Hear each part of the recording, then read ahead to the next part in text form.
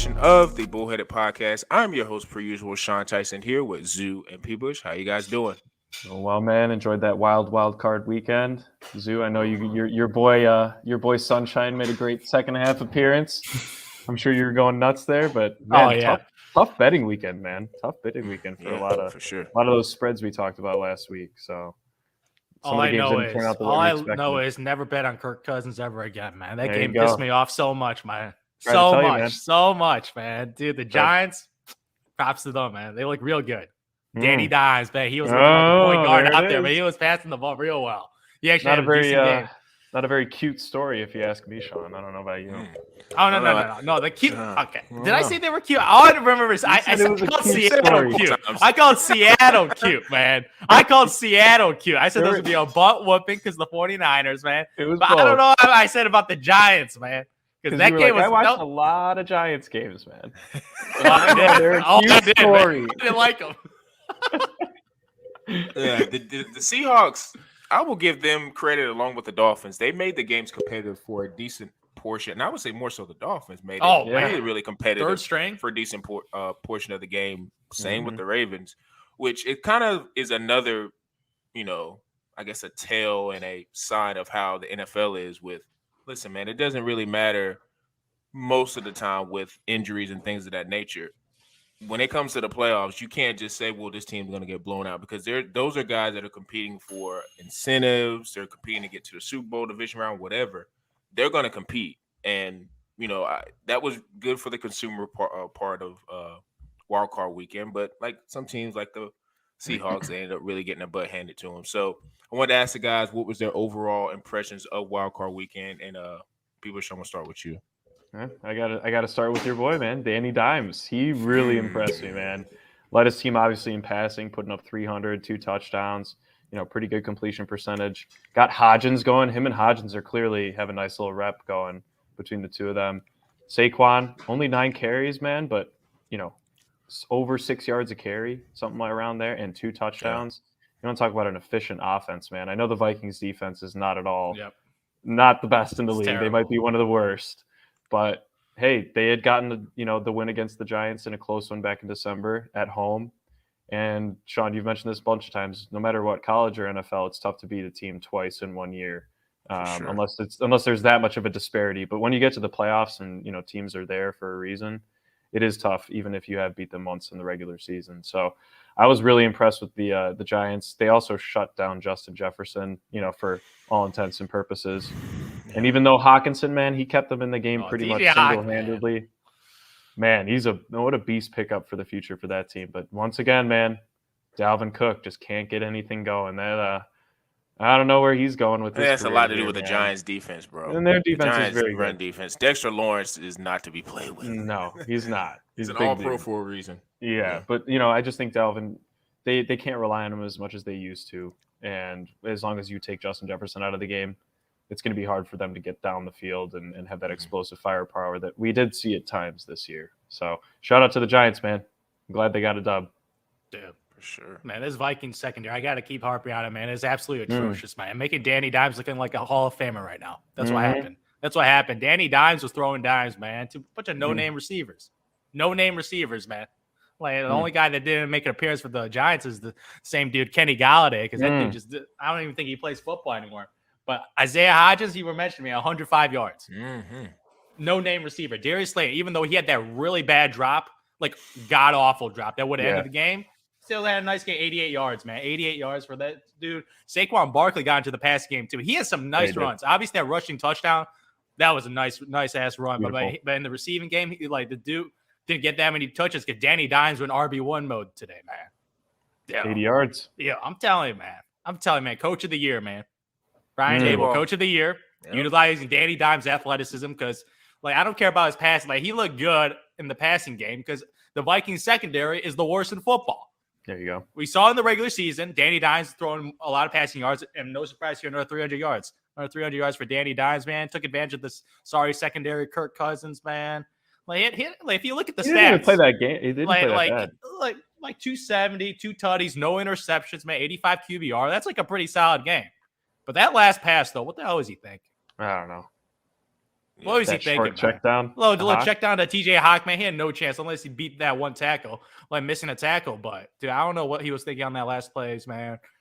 Like embarrassing, just embarrassing, man. Like you're at home, not winning one play. Just throw it up to the end zone. Like I don't. It's like he had a mental breakdown and he just was like, "Let me just." Or maybe there's a clause in his contract that if he got one more interception, I don't know, loses something. Who knows? Like you always wonder with stuff like that. You would think you would have enough awareness to be like, well, it's 4th down and this is the ball game. Let me just throw it up and see what happens. Because oddly enough, I don't think he was the quarterback. I think it was Case Keenum. But the Vikings have some success with just making Hail Mary throws and like big time plays in that dome up in Minnesota. Minneapolis Miracle, man. Yeah, with Stephon Diggs. So maybe they could have just had some more magic work. But now I'm with you guys. The Giants, to me, they play their brand of football. Daboll knows how to make his imprint on a team. And he has Danny Dimes playing to his strengths. And I also think the defense, we all knew their defense was like okay to good. But I think as this playoff is going to go on, they're going to be a hard defense to run on and throw on. And I'm going to be honest, I don't think I can name a corner, but I think just as a whole unit with Dexter Lawrence anchoring the front, they're a tough team, man. And when you got Saquon healthy and playing his best ball, I think that's gonna give them. Thibodeau's a guy that's emerging. You know, I think that's gonna give them enough fight to compete in any playoff game. Now, I'm not saying they're gonna get to the Super Bowl or the NFC Championship game, but I don't think they're gonna be a team that gets blown out like how we saw with the Seahawks and the 49ers. But one game I wanted to really get in and talk about was, and this is more so because the Chargers was my Super Bowl pick. The Chargers should have won that football game. Oh, by far. They had a chance to really blow the game out. And it goes back to what I always say with field goals. I do understand that there's analytics and people say more than ever, people are going for it on 4th down. But when you start taking – and it kind of goes back to the Green Bay-Detroit game. You're just taking threes. Well, it's the second quarter. We'll just take threes. You want to get points on the board, but I'm almost to the point now you need to take more chances on 4th down if you feel like you got the superior team or if you're sitting on a 27-point lead. Because if you think about it, with how any game, it's even crazier with football and basketball, just how the game is now in both sports. You could think back in the day, like maybe in the 90s, you could have a 25-point lead and think like, we can just milk this, get twos, get to the foul line, we'll be fine. No lead is safe because of the 3-point shot in basketball, and then in football with the amount of times they throw the football, a 27-point lead is not safe. And to me, I think it's a fireable offense for the Chargers. I think he should be fired. He's had a lot of scenarios this year, and people are going to point to, well, he had a lot of injuries. There's a lot of other coaches that are getting fired for way less who didn't have that, who had way more injuries. To me, I feel like you can't have a quarterback like Justin Herbert.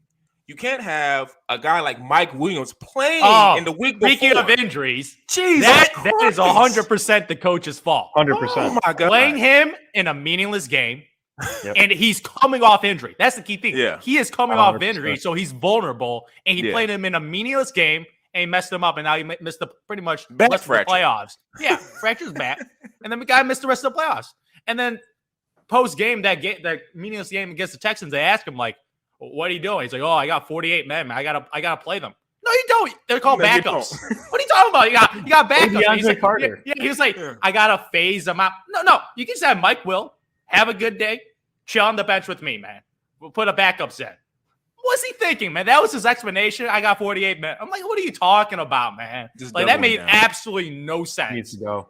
And like, obviously that was a huge loss because I initially picked the Chargers to win it. But with the Mike Williams news coming out, I changed my pick to my boy T-Law, man. Mr. Sunshine out there, man. Making me smile, man. Yeah, tail of halves, man. Dude. Incredible mental toughness. Yes. Incredible. Because the minute they scored that, because the game, like legit, I was like dozing off during the game. Like I was like, I was taking a nap, man. I fell asleep, man. They were up like 20 plus to 0, man. I was just 27. Like, yo, 27. Yeah, I got up to 27 points to 0, man. And then they got that one little tutty, man, in the end of the first half to get a little momentum, man. But that comeback, we're watching us. This year, man, there's been a lot of historic comebacks, man. We got the Minnesota Vikings now 33-0. Now we got this 27-0. Yeah. They had to play perfect football. They did. They had to score every single possession. on offense. Just think of that. They forced no turnovers. There were no fumble. There's no fumble recovery for touchdowns. There were no pick sixes. They were zero mistakes on the Chargers side. Like, they were just like bad play calling. They were chucking the football a lot. Like, when you're up that much and you got Austin Eckler. Eckler's an absolute monster. Score another 2 rushing touchdowns. This guy's a touchdown machine, man. He had 13 carries. Yep. 13 carries. 27. That's just bad coaching. Like, that is just objectively bad coaching. You got to control the clock, man. Like, Justin Herbert threw it 43 times. He threw it only 4 less times than Trevor Lawrence, who had to throw the football because they were down over 20 points. Yep. That makes absolute no sense. Like, Brandon Staley, I don't know, like, if the interviewers like question him about that, because that's just embarrassing coaching. Yeah. Like, I don't get that. Did DeAndre Carter play? I don't know if he played. Yeah, he did. Okay. Might have had a touch or two. Yeah, 2 catches. Yeah, when your best receiver, and shout out to Keenan Allen. Like, we know he's been the dude there for a while, but with Mike Williams being the better receiver this year, and like Zeus said, you coming off an injury, you played him in a meaningless game, and then to double down in the playoff game, you throw the ball more to a guy, Keenan Allen, he's showed some life at the end of the season, but he hasn't been consistently in the lineup to warrant, him getting the ball. I mean, I don't know how many targets he had, but I'm just saying, for you to be leaning on him in the passing game, it's just like, man, I don't know where you go. And like I said, they fired offensive coordinator. That's a head coaching thing, because he was struggling in the year before doing with the timeouts and the analytics stuff. It's just not San Diego. LA Chargers have too much talent. And you had Asante Samuel Jr. have a game of his life, and you wasted it. Like Zoot, I turned it off. Like, I literally turned it off. I didn't turn it off. Turned to another whatever else I wanted to watch after the second pick from Asante. I was like, yeah, they're gonna score here, dude. And then it's like you see them coming back, so now I turn it back, and I'm just like, what is the game plan? Why are you throwing it so much? You got Austin Eckler. Yeah. Like, not only is he great in fantasy, he's great in real life. Like, so I don't get it. It's just, that was a frustrating game, and I had a lot of emotion in that, put into that game because of my pick for the Super Bowl. But like I say, shout out to Trevor Lawrence, man. You want to talk about just having I almost want to say, this is a weird thing to say, but I almost want to say him throwing those picks after probably the third one. He's like, well, hell, what else can go wrong? So I think he played more relaxed, because he's just like, there's no way I'm going to throw you 6, can't 7, 8. You can't play any worse. Yeah, and I think he just Christian. And then you can't play any better on him. Yeah.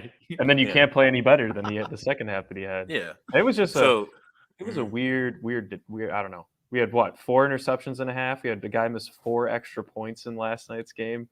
In the Bucs game. That's probably the weirdest one, though. The 4 extra points. I couldn't believe it. That was shocking to me. But I mean, I think we can put a little. I think it's a cap on the Bucs, man. I think Zeus said it perfect last week. Like, he's gonna be going home early. He's going home to no family, man. Yeah, like I said, that this is the year of L's for Tom Brady. Yes, regression to the mean. A life full of W's, man. Got to take some L's once, man. Dan Quinn got his revenge. He looked god awful. He looked god awful. Like, he missed so many passes. Even that interception was atrocious. Yeah, that pick, horrible. Like, I don't even know who he was aiming at. It looked like he was like throwing the ball away or something. Like, he threw it at nobody. Yeah. Like, it looked like a panic throw, and then he was just missing passes to his tight ends. Like, and he was like yelling at his tight ends for like not catching. I'm like, yo, that was just a terrible pass from you. Like, I'm sorry. Like, I don't know what he was like. I was like, like you see his face like so expressive. I'm like, bro, you missed the throw. Like, I don't know what he was. He was like, I could have made that throw. Yeah, like I'm just watching. I'm like, yo, I did not recognize Tom Brady. Like, I know the Dallas Cowboys defense has been, it's been an elite defense. Up and down for sure. Yeah, it fell off a little at the end, definitely at the end of the year, but they look real good. Michael Parsons looked real good. So like, they got to the quarterback, Tom Brady, obviously not a mobile dude, man. Like, so if he doesn't have time, he's not gonna provide any any passing. Like, it was atrocious. And Dak needs to retire. Oh yeah. Oh, Dak played the best game almost his career. He needed that. Probably. He needed that. Yeah. Man, he definitely played. And I think, Zoo, you want to put another cap on something? Pollard is finally the better back in the back. That has been the case since the middle of the season. But that was against a great rushing attack. And we talked about this last week. The rush defense of the Bucs is pretty good. And we actually saw them giving that entire rush attack havoc yesterday. Vita Vea was getting through whenever he wanted to. He did. And then finally, Pollard was just kind of starting to make a couple moves and getting you 7-8 yards a carry, which is exactly what we used to see Zeke doing. And look, I think, looking forward, I know we'll talk about it, but I think that's what they're going to need to continue to do in the playoffs is rely on Tony Pollard and then just punch Zeke in, kind of like a Jamal Williams with a healthy DeAndre Swift. That's kind of what they need in that duo. Yeah, it's a tough one because Zeke, he's the explosion. He's not it's going to be interesting next year. I think Zeke, there's going to be there. I don't know if he's on the roster next year. He does not look explosive at all.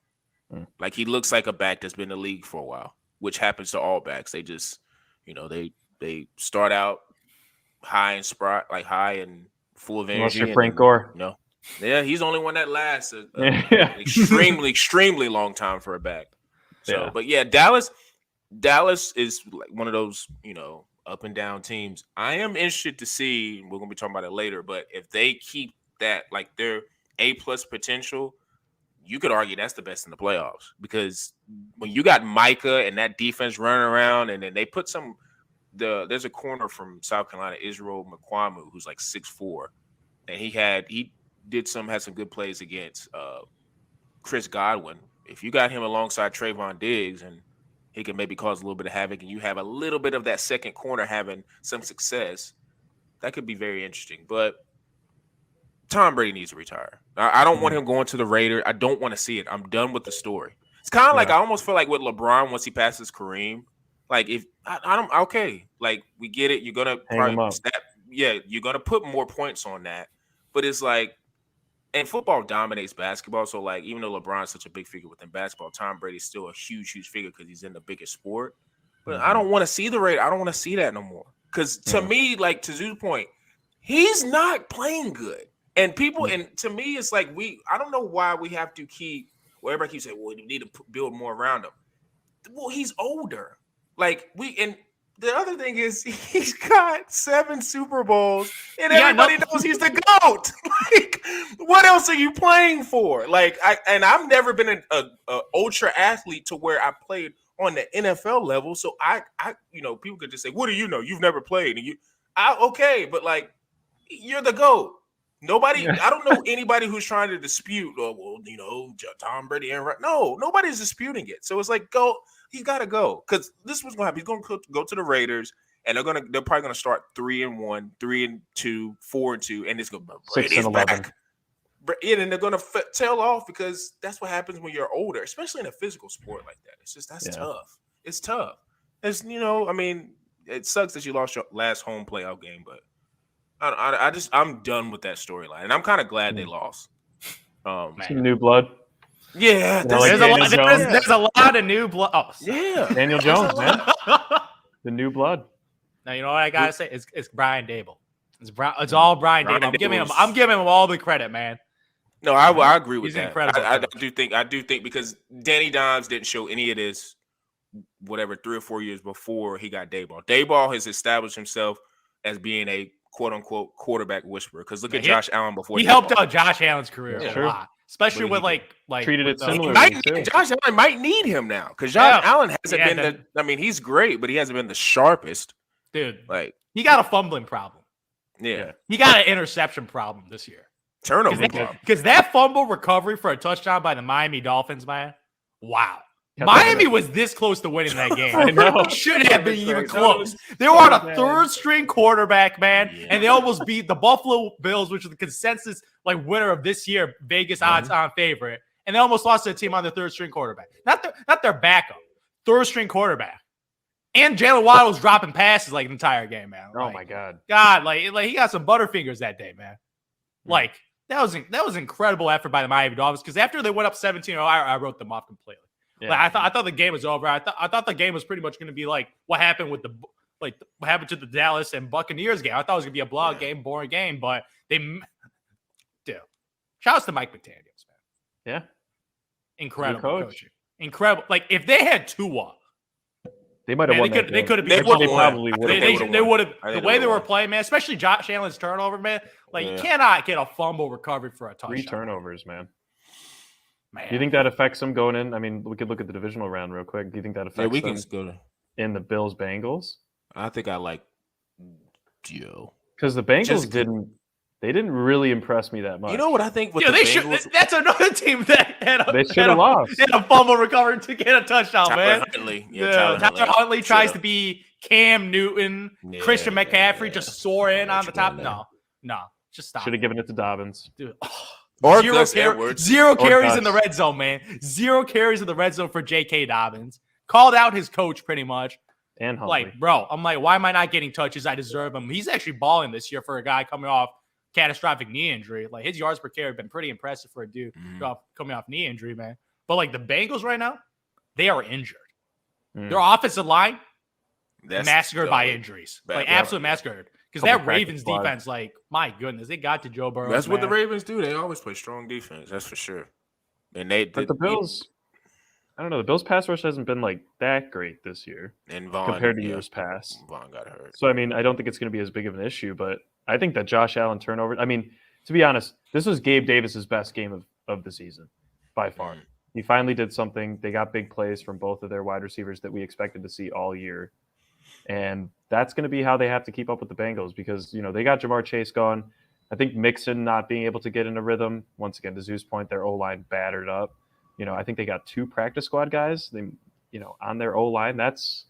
You're not going to be winning major games against a team like the 49ers or Cowboys in a Super Bowl as the Bengals, you know, trying to stop Micah Parsons. I mean, there's just no way. Hell, even the Eagles have a pretty good pass rush too. And we were talking about the Bengals being one of the hottest teams going into the playoffs. You know, granted, it is a division game that they played in the wild card. I think take that into account. You know, they see each other a lot during the year. That's what I'm factoring. At the same time, this game's either going to be a shootout or it's going to be a blowout. And against this Bills-Bengals game, it's just going to be who's going to be able to make the more stops. And honestly, the weather in Buffalo is always a factor. And if they can't get Mixon going and it's tough weather out there, we'll see how this goes, man. Because the Bills can rely on Josh Allen's legs, but the Bengals don't have really. They can do that with Burrow a little bit, but nothing compared to what Josh Allen can do by himself. It's like their bailout, their Joe out of free card with the Bills. Exactly. If you can't find Diggs, Gabriel, whoever, tight end, it's the Daniel Jones too. Yeah, if it's a 3rd and 6, Allen's probably going to get it because he's 6'5" and can stretch and be able to extend and get to the first down marker. But I don't know. Joe Burrow, I kind of feel like, to your point about the division game, that was probably more so the reason why that game was so close, even though on paper, and I think we spoke about before, like Huntley's not an awful backup. So it's not as surprising like the Dolphins and Bills with Skylar Thompson, but it's a division game. So I kind of, was figuring it wasn't going to be a blowout, but I thought the Bengals would at least maybe beat them by 10. But it was legit. Very close. 1 centimeter away. That last throw, that Hail Mary, he had the ball in his hands. He almost caught it. And if they make the extra point, you go into overtime, and who knows what happens? Like if it goes to OT. So legit, they were one little catch away from going. Or if he doesn't fumble, that's a 14-point swing. Yeah, 14 because they were struggling on offense to get the ball up. So obviously they were struggling on offense, and they got I was so blunt when that play happened. I'm like, okay, it's over. That was a 14-point swing, man. Jesus Christ, man. Yeah, well, switching to the divisional, we can just go ahead and get into it because I don't really want to care to talk about 49ers and Seahawks, but we could I guess start with them. Going back to my Dallas point about them playing to their ceiling, their A+ potential. Dak looking as good as he looked, Pollard looking still explosive, CD, all the weapons they have on offense, and Micah kind of having a little bit of a resurgence getting in the backfield.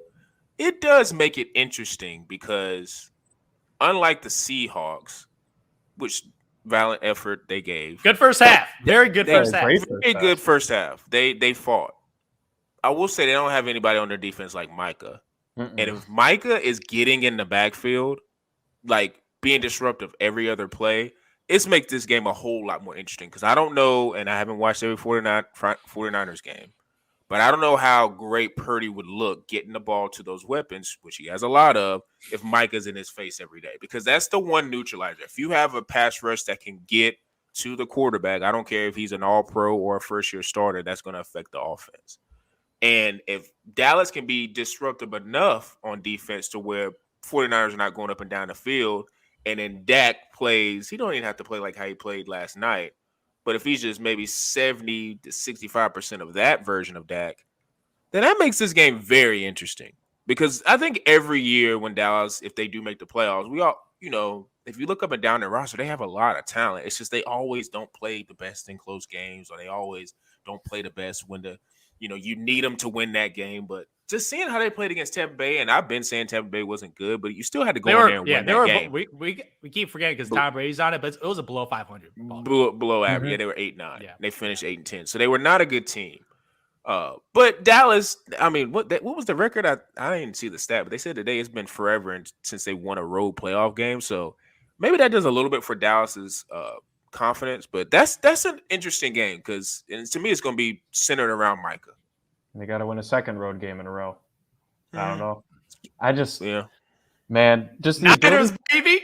Yeah, I'm telling you, man, I am hyped about the 49ers, man, because the play make it's like 5.5 in the Niners' favor. I forgot that Dallas also doesn't have. They have less rest. I saw, and I posted that today on the Insta. I think that's unfair, like really unfair. That man, they have who cares? To go, on Saturday, football is unfair, man. Nah, saying if you're a Packers fan and your team had 2 days less rest, you'd be pissed off. You would be pissed off. Nah, stop it, man. The 49ers are using a third string quarterback and winning games, man. Football is an unfair sport with injury. Purdy, like Brock Purdy, he was really shaky starting out, but in the second half, he got a better composure, man. He got into his playmakers, dude threw for 300 yards, but it was just Deebo Samuel being a beast, McCaffrey being an animal, Brandon Ayuk.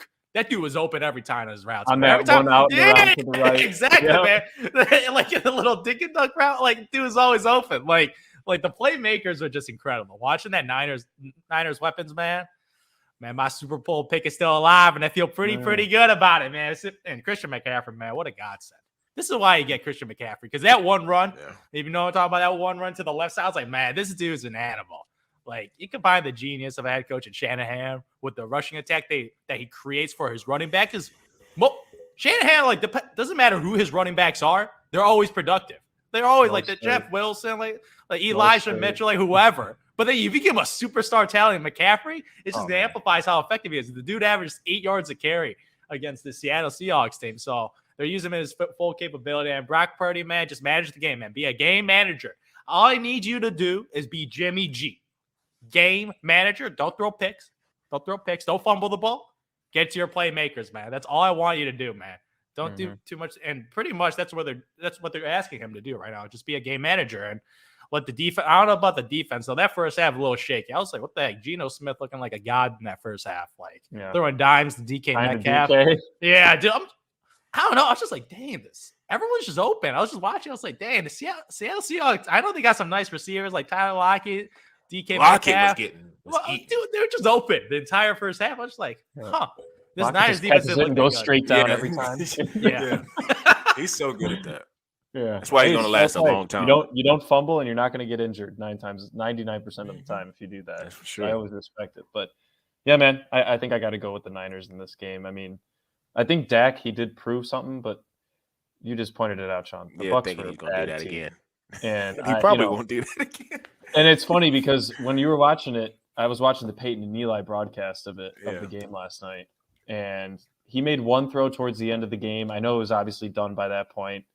And it was a little shaky. He was out on a bootleg, and he just kind of sent it, and Eli just goes, well, that looked a little bit like how he was playing all year or something like that, And so I just feel like we're going to see one or two of those against a much better defense, especially a team that, once again, maybe I'll be wrong again, but I do think the Niners, rush defense is pretty damn good. And, Pollard's really going to have to find his own way in order to really keep that ball moving down the field and not only relying on the Dalton Schultz seam pass right down the middle that Dak can throw. Dak loves Dalton Schultz. Man. I know, in the red zone, man, that's his favorite target. Pacifier, man. I'll play him in DraftKings any day of the week. But yeah, man, I think just to your point, Zoo, he's just got to play exactly how he has been playing. I think he's going to have a little bit more confidence right out the gate than he did in his first playoff game, which makes total sense. And they're at home. Not that the Niners have the unbelievable home field advantage like the Eagles might have, or hell, the Jaguars have a pretty damn good home field advantage when they have a home game. But yeah, man, I just think it's going to be too much. There's always going to be one weapon open on the 49ers because you can't have your best defenders covering all of them. Kittle's going to be open. If he's not, Debo's probably there for a screen pass to go 50 yards. You could check it down to McCaffrey, or you can go to Ayuk, run it on, a crossing route or a deep ball route. And it's just impossible to cover all your bases with this team. So somebody's going to have a big game. I think it's going to be George Kittle in this one. George Kittle? Yeah, George Kittle. Because the Bucs tight ends were wide open all night yesterday, if you notice that. And like you said, Tom was just missing throws. So I think Purdy's going to be looking his way a lot this year. And George Kittle, man, this guy's yak is crazy, man. Every time he gets the ball, man, that he just goes forward, man. It is wild. They are the yak team, dude. Oh, man, they definitely are. McCaffrey, Debo, and Kittle, Jesus.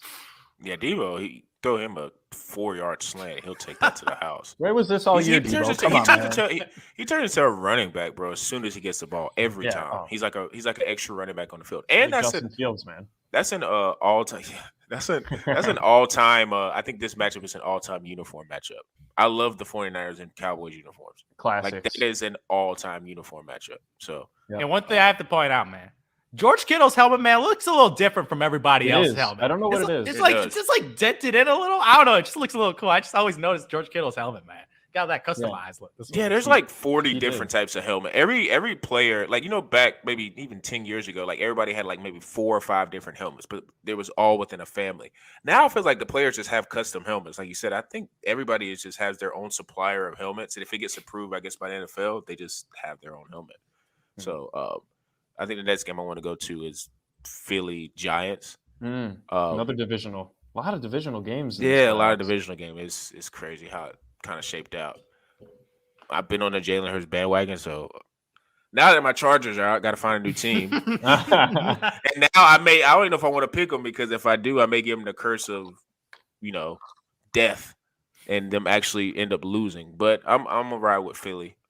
I like that Hurts is healthy. The only thing that gives me pause is the injury. If Philly can't come back from injury, he looked all right. I'm nervous about Philly being able to run the ball against the Giants, because part of everything that they do, even though Jalen Hurts was throwing the ball around the yard, Miles Sanders quietly had a pretty good year, and he was able to run the ball effectively against a lot of teams. So to me, I think that's what aids Jalen Hurts, is having that ground game respected, and then he can dink and dunk and throw over the top with A.J. Brown, Devontae Smith, and Quez Watkins when he's able to get open and things like that. So I do wonder if Philly can establish that, because a lot of people maybe have been sleeping on the Giants defense, but it's a pretty good defense. And I think Dexter Lawrence being in the middle, that's going to provide a lot of headache. And I know Kelsey, the guy that he's going against, is an all-pro too, but Dexter Lawrence, man, he's 6'5", 300 plus, and he can move. So with him, Thibodeau, that's going to be an interesting matchup. But I'm around with the Eagles. I think them being at home, them being familiar with the Giants, Danny Dimes is going to be good, but I don't think he's going to be like, I'm telling man, that Vikings secondary makes you look like a Hall of Famer, man. It makes you look like a Hall of Famer. Good luck with that Eagles defense. Yeah. Darius Slay might be ready to. You go from one of the worst defenses to one of the best defenses. That's true. Good luck. Good luck. Yeah, because that Vikings defense does not prepare you for this defense. Because throwing to wide open guys is a lot easier, man. It's a lot easier throwing to wide open dudes instead of creating openings. I got the Eagles. I think they need to establish Miles just to not put as much pressure on Jalen. I don't want to see a thing like how they're throwing it, and I don't think Jalen's ever thrown it 40 plus times this year, but I don't want to see that. I want him to be in the 25-30 range. Miles Sanders controlling the clock. I want to see that. And the defense making plays. Yeah, I want to see that. If I see that, don't do a Brandon Staley. Don't do a Brandon Staley. Feed your running back, all right? For real. Jeez. Yeah, Zoo? That's what I'm looking at. Man. Yeah, man. I'm gonna hate on the Giants again, man. I'm gonna hate on the Giants. NFC. I remember beginning of the year, I had the win of the NFC East, the Eagles, man. Jalen Hurts emerging, beautiful. That beautiful defense, AJ Brown, man. That offense, like Danny Dimes, man. Now I'm gonna say this cute story is gonna end, man. Because when you play against the Vikings, man, I'm on record. I'm telling you, it was two mediocre teams. Two mediocre teams. I'm gonna say that again. Giants look real good, but those are two, I would say, average teams. I call them 500 ball clubs. Vikings were a fraudulent 500 ball club because they got lucky and won a couple of games in the regular season, man, to goose up those 13. They're a 13-win team. No. They were a 9. They're a 9, maybe a 10-win team, but I call them a 9-8 type of team. And that's what the Giants are. But this Eagles team, the only thing I'm a little worried about, Sean, you're not worried. I'm worried about the injury. Jalen Hurts come back. He came back for one game, did not look like himself because obviously they didn't use him in the rushing attack. I need Jalen Hurts to run mode, man. I need dual threat ability because I need versatility on that offense because that defense, if you're a little too predictable, give them Miles Sanders 25 times, they ain't going to get it done. You need versatility. And I disagree with you. I need Jalen Hurts to throw some deep balls too, man. You got A.J. Brown, Devontae Smith. You got to take advantage of those two guys, man. Because those guys are like A.J. Brown is another ultimate yak guy, man. Just get him the football and let that dude run over people because A.J. Brown is built different compared to other wide receivers. And Devontae Smith has been absolute 2,000-yard guys on offense. You got to utilize those dudes. But Jalen Hurts, man, I believe in Jalen Hurts, and he's going to get it done against this team because you cannot lose to Danny Dimes, man. You cannot lose to Danny Dimes against your elite defense, and you're playing against, I would say, Giants are pretty much an elite defense too. So Jalen Hurts, show me something. This is your time to shine. You were embarrassed last year against TB12. This is your time. You got Danny Dimes now. Take care of business, man. Take care of business. Like you're a 14-3 team, man. You cannot win 0 playoff games. 0 playoff. At least get to the championship game, yeah. Yeah, you got to, man. You got to get it done, man. You got to get it done. You got all the weapons, man. You back, man. Jalen Hurts, man. But if you're injured, I'm a little nervous if he's if he doesn't show his full rushing potential because I need Jalen Hurts to run the football. Dual threat in the red zone, man. You got to get it done. No field goals, man. I want tutties. Yeah, I'm with you on that. 4th and 1, go for it. Yeah. Got to go for it. Go for it. Because it is, once again, they've seen each other twice this year, man. And the Eagles had their way with the Giants both times. But I think that the Giants have gotten a little momentum. You got to also take into account the 2 weeks off, man. I know that that's helpful for Hurts and his injury in aspect, right? But you also haven't played football in 2 weeks. And, that can be beneficial for some, but it's, some people get out of a rhythm. The Giants are coming in, nice road win against a team that, yes, was, overrated by a lot of people. But the Vikings still could put up points on pretty much anybody. And the Giants were able to have their way. Offensively, as we've already talked about, but also, defensively on their big key players. I think A.J. Brown may have a little bit of a tough time. I think they're going to have to rely on Devontae Smith to really open it up for A.J. Brown down the field, take a little bit of that attention away from him if they can get Devontae Smith going. I think I'm going to take the Giants to cover. And hear me out. It's 7.5. I know we're not doing the full betting segment today, but it's 7.5. I could see this being if you take it right now at 7.5, I'm sure it'll probably swing. But if you can get them at under a touchdown and they're covering on that, I think it could be a 7-point game if the Giants are playing perfect football, meaning that they're relying on Saquon, rushing him, but also using him in the passing game. I think that's something they've started to finally realize and actually put concretely in their playbook is, okay, we need to run Saquon like the Niners use McCaffrey. That's pretty much what they decided to do. And then Daniel Jones just can't turn the ball over, and he also needs to get at least 60 rushing yards because that's the only way that they're ever going to win games. Yeah, move the ball up. And move the ball up, yeah, because I think the Eagles they have a pretty good O-line up in New York. I mean, they do have a pretty damn good O-line. I think that's why their rush attack is so good on multiple facets. But if the Eagles are getting to him, Daniel, he's going to be running out of that pocket half the time. And if their guys are running down the field, I mean, they got to respect Hodgins a little bit. He's shown the past couple of games, even Richie James had some solid fantasy performances towards the end of the regular season. They both did. They're not great. They're not number one guys, but they're just enough for a team that has like 3 wide receiver threes. And that's really what they have right now. They got Slayton, Richie James, and Isaiah Hodgins. So, you got to respect them across the board. I just think their defense is going to keep them in a lot of games. But Hurts, I agree. I think I agree more with Zoo. I think his injury is a little concerning. But once again, that's a guy where the bye actually came into help, in that situation. Whereas some other guys, not that they're getting complacent, but you're off a week from football, and sometimes you got to keep that in the groove. But I'm going with the Eagles to win. I just think the Giants have a chance to cover. Yeah, I'm with you on the cover though. 7.5. Yeah, it's because it's a division game as well. I think when anytime you're dealing with division games, you know each other in and out. You're just gonna always have more than likely a closer game. So yeah, I'm with you on the cover, but I think it's hard to win 3. Once again, that'd be 3 times you'd beat them in this year. Yeah, that's not easy. That would that's another really good point. Beating a team 3 times is tough.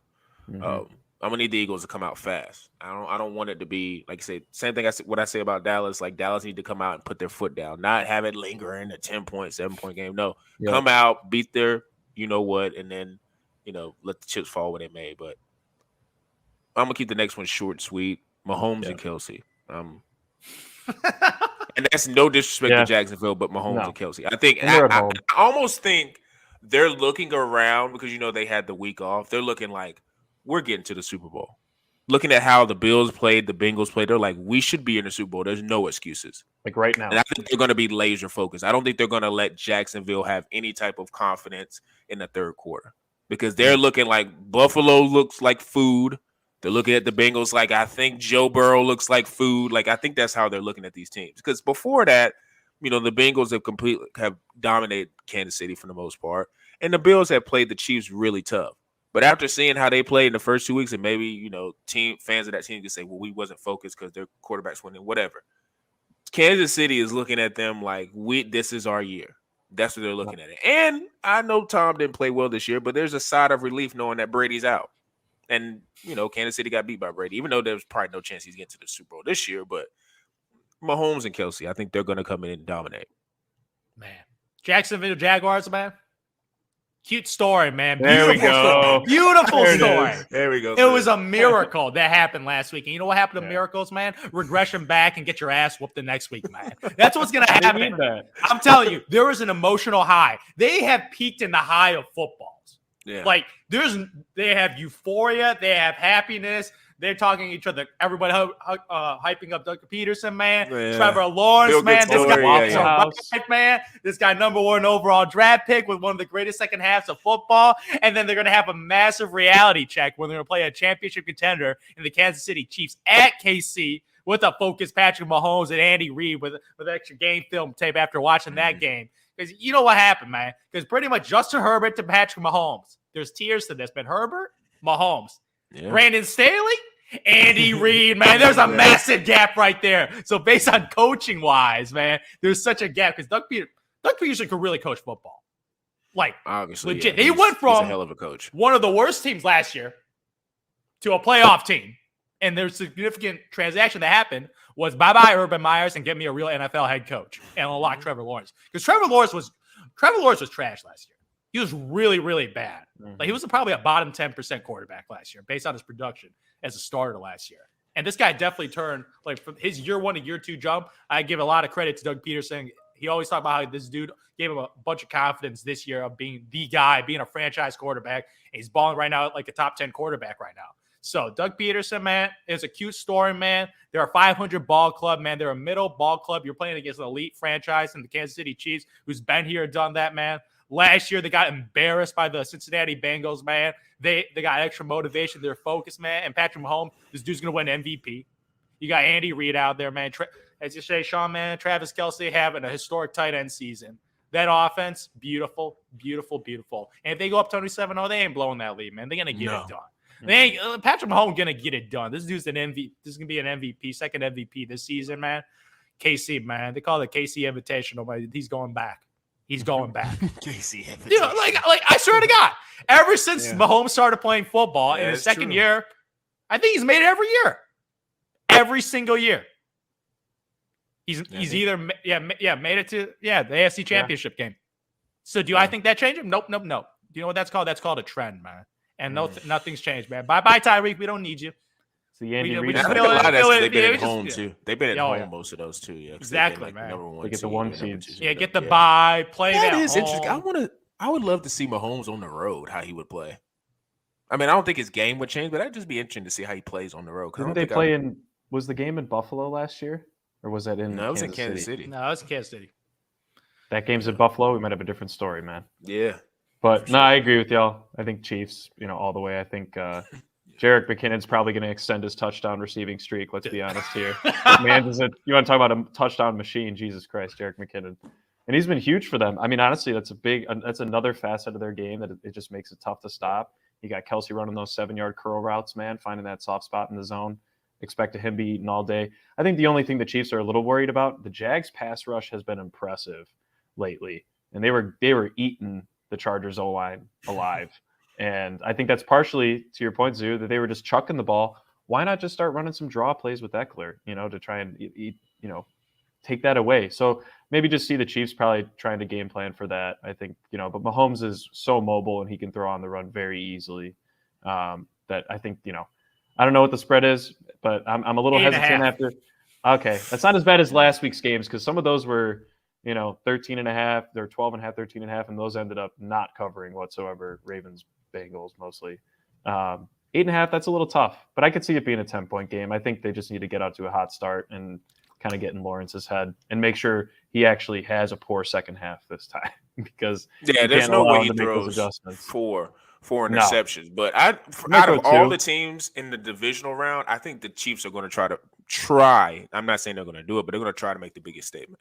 I think they are because I think they're looking around like we could get to the Super Bowl. I don't know who we're going to play, but we can get there. Andy Reid and Mahomes are thinking, man, barbecue chicken, man. Barbecue chicken. It's time to eat, man. It's time to eat. I know Andy Reid loves his cheeseburgers, but let's eat, man. Let's eat because right now, this team's 14-3. This is an elite football team. Yeah. And I like how you point out Jerick McKinnon. There's something about these Kansas City running backs. It doesn't matter who it is. Off the scrap heap, man. I remember the year they won the Super Bowl. Like Damian Williams. I remember that game. He could have been Super Bowl MVP. He was balling that game. He was balling. Mahomes. I thought Mahomes had a bad game. Like even though he got whatever Super Bowl MVP, I thought he didn't have that good of a game. Like he was balling. Like something about the Chiefs' offense, a little dink and dunk to those running backs. Easy tutties, man. Yeah, Andy Reid play calling. Beautiful watch. Beautiful Darren Sproles roll, man. That's what it is. Darren Sproles back in the day. He's been eating so much, man. But yeah, no doubt in my mind. KC, man, back to the Invitational, man. Easiest bet in sports, man. Money line Chiefs, even though you're going to be paying a premium. Because I don't know about the spread. KC has not been covering spreads this year. No. Not been covering spreads. Blown a lot of leads. You learned the hard way. Yeah. But yeah, I think these games are all not obvious this week, but I think they're a bit more predictable than some of last week's games.